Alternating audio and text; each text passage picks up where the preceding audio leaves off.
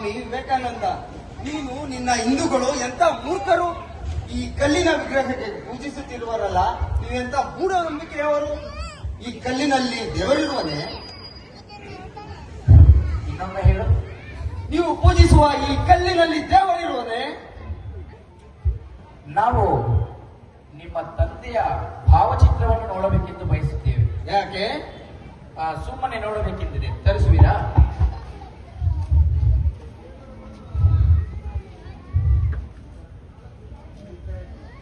ನಿಮ್ಮ ತಂದೆಯೇ ತಾನೆ?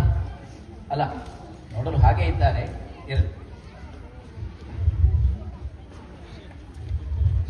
ಈ ಭಾವಚಿತ್ರಕ್ಕೆ ತಾವು ದಯವಿಟ್ಟು ಮುಗಿಯಿರಿ. ಏನು ಹೇಳುತ್ತಿದ್ದೀರಾ? ತಾವು ತುಡಿ. ನಮಗೇನು ತಲೆಕೆಟ್ಟಿದೆಯೇ?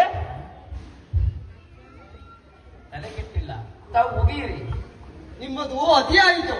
ನಮ್ಮ ತಂದೆಗೆ ನಾವೇ ಉಗಿಯುವುದೇ? ನಮ್ಮ ತಂದೆಗೆ ನಾನೇ ತುಳಿಯುವುದೇ? ಅಯ್ಯೋ, ನಾನು ನಿಮ್ಮ ತಂದೆಗೆ ಉಗಿಯಿರಿ, ನಿಮ್ಮ ತಂದೆಗೆ ತುಳಿಯಿರಿ ಎಂದು ಹೇಳಲಿಲ್ಲ. ನಿಮ್ಮ ಈ ಭಾವಚಿತ್ರ ಕೇವಲ ಇದೊಂದು ವಸ್ತು ತಾನೇ, ಉಗಿದು ಬಿಡಿ. ಇರಬಹುದು, ಆದರೆ ಆ ಭಾವಚಿತ್ರಕ್ಕೆ ಉಗಿದರೆ ನಮ್ಮ ತಂದೆಗೆ ಉಗಿದಂತೆ ಅಲ್ಲವೇ? ಆ ಚಿತ್ರವನ್ನು ನೋಡಿದಾಗಲೆಲ್ಲ ನಮಗೆ ಸ್ಫೂರ್ತಿ ದೊರೆಯುತ್ತದೆ, ಹಾಗೂ ಪ್ರೇರಣೆ ಸಿಗುತ್ತದೆ.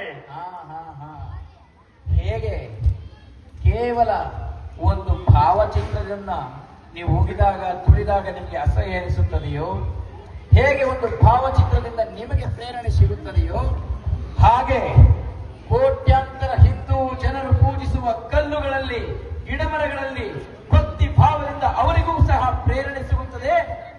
ಸಕಲ ಜೀವರಾಶಿಗಳಲ್ಲೂ ಭಗವಂತನನ್ನು ಕಂಡು ತನ್ನದ ಮಾರ್ಗಗಳಲ್ಲಿ ಪೂಜಿಸುವ ಜಗತ್ತಿನ ಏಕೈಕ ಧರ್ಮ ಅದು ಸನಾತನ ಧರ್ಮ. ನಿಮಗೆ